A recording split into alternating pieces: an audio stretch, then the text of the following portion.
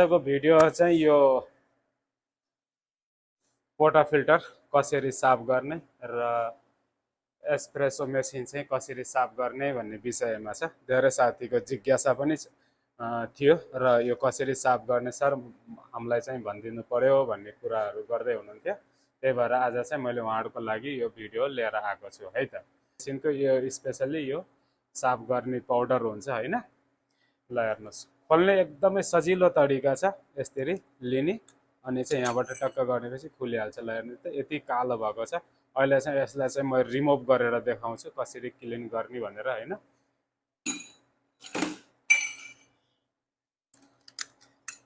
पुराको पुरा यस्तो कालो भइसकेको छ। मैले चाहिँ यहाँ 5 दिनमा एकचोटि मैले साफ गर्छु। यहाँ राखेको छु सबै। अनि चाहिँ अब यसलाई पनि निकाल्नु पर्ने हुन्छ है। कसरी निकाल्नु पर्छ भनेपछि यसरी यसलाई साइडबाट टक्क यता दुई साइडबाट यसरी गर्नुभयो भने ठ्याक्कै निस्किन्छ यो। ल हेर्नुहोस् त कस्तो छ यो। हो यसरी तपाईँहरूले चाहिँ हप्तामा एकचोटि साफ गर्नु होला अनि चाहिँ एकदमै राम्रो कफीको टेस्ट पनि निस्किन्छ। ल हेर्नुहोस् त यस्तो भइसकेको छ, यति कालो भइसकेको छ। अब यहाँ मैले सोडा पहिले नै अलरेडी हालिसकेको छु अनि चाहिँ यसमा हट वाटर गरम पानी हाल्ने बित्तिकै ल हेर्नुहोस् है एकछिनमा यसको पुरा कलर बदलिन्छ। ल हेर्नुहोस् पुरा यस्तो हुन्छ हैन।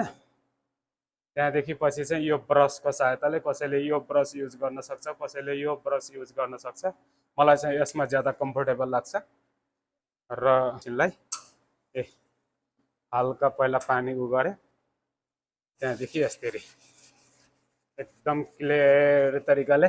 भिडियो लामो हुन सक्छ तर चाहिँ एकदमै युजफुल छ आजको भिडियो। पुरा भिडियो हेर्नु होला, नो स्टप एउटा पनि उ नकाटेर हैन। तपाईहरुलाई चाहिँ सजिलो हुन्छ। यसरी साफ गर्नुभयो भनेपछि कफीको चाहिँ राम्रो टेस्ट आउन सक्छ है। आउन सक्छ नै, आउँछ नै। यसले गर्दाखेरि पनि कफीको टेस्ट बिग्रिने हुन्छ। अब धेरै कफी चल्ने ठाउँमा त कहीँ त एक दिनमा पनि गर्छन्, 2 दिनमा पनि गर्छन् हैन। धेरै मैले चाहिँ यहाँ 5 दिनमा, हप्ता दिनमा म फुर्सद भएको अनुसार मैले चाहिँ यसलाई चाहिँ साफ गरेको हुन्छु।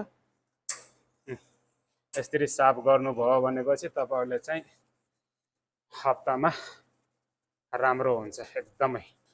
यही हो सानो सानो कुराहरू। प्रोफेसनल बरिस्टा बन्नको लागि सानो सानो कुरामा चाहिँ एकदमै ध्यान दिनुपर्ने हुन्छ हैन।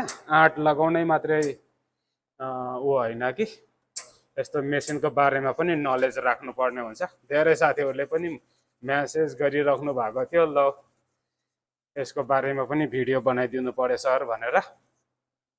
मैले चाहिँ आज फुर्सद भएको बेलामा यसो बनाइदिउँ न त, अरू साथीहरूलाई पनि काम लाग्ला भनेर भिडियो बनाइदिएको छु। ल हेर्नुहोस्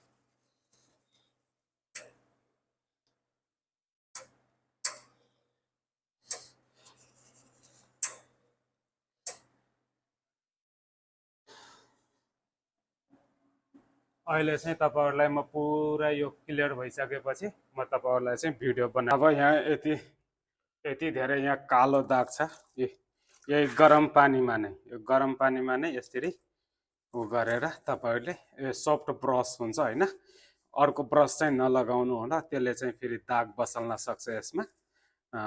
यसरी मजासँग चाहिँ रिमुभ हुन्छ है त। ल हेर्नुहोस् त अलिकति चाहिँ उ गर्नुपर्ने हुन्छ, मेहनत गर्नुपर्ने हुन्छ। गरम पानी हो यो, गरम पानीमा हात पनि फेरि पोल्छ, फेरि हात पनि हल्का हल्का त के गर्नु, क्लिन त गर्नु नै छ हैन।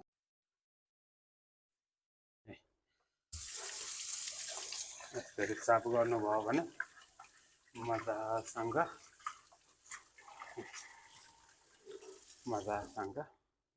यसरी क्लिन हुनुपर्छ। अनि बल्ल तपाईहरुले चाहिँ राम्रो टेस्ट खोलियो यसलाई हैन। फेरि अब रिटर्न गर्नु पर्यो। कुनै पनि पोटा फिल्टरलाई लिएर यसलाई चाहिँ राम्रोसँग यसरी उ गरिसकेपछि दबाइसकेपछि यो पोटा फिल्टरको माथि नै राख्नुपर्ने हुन्छ। यसरी माथि राखेर तपाईँहरूले यसलाई टक्क पारेर यसरी उ गरिदिनु भयो भने लाग्छ अनि सक्यो। अनि जब तपाईँहरूले पाउडर लगाएर जब तपाईँहरूले साफ गर्नुहुन्छ नि, अनि फेरि डबल सर्ट एस्प्रेसोलाई फेरि उ गरेर होइन, मसँग चाहिँ अलरेडी थियो फाल्टु, अनि चाहिँ यसलाई चाहिँ मैले 18 ग्राम फेरि मैले यसलाई युज गरेँ। त्यहाँदेखि पछि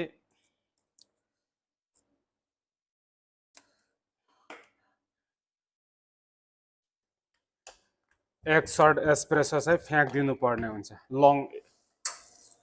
लङ सर्टमा। यसरी गरेर यसरी फ्याँकिदिनु भयो भनेपछि जुन तपाईँले अघि केमिकल हालेर जुन पाउडर हालेर तपाईँले साफ गर्नुभएको थियो, अनि चाहिँ त्यसको बास्ना जान्छ, अनि चाहिँ फेरि कफीको चाहिँ ओरिजिनल टेस्ट आउँछ। यसरी चाहिँ मेसिन साफ गर्नु होला। अब अर्को नेक्स्ट भिडियोमा चाहिँ अब यसलाई कसरी साफ गर्ने भन्ने भिडियो बनाइदिन्छु, अनि हेर्नु होला अर्को भिडियो चाहिँ है त।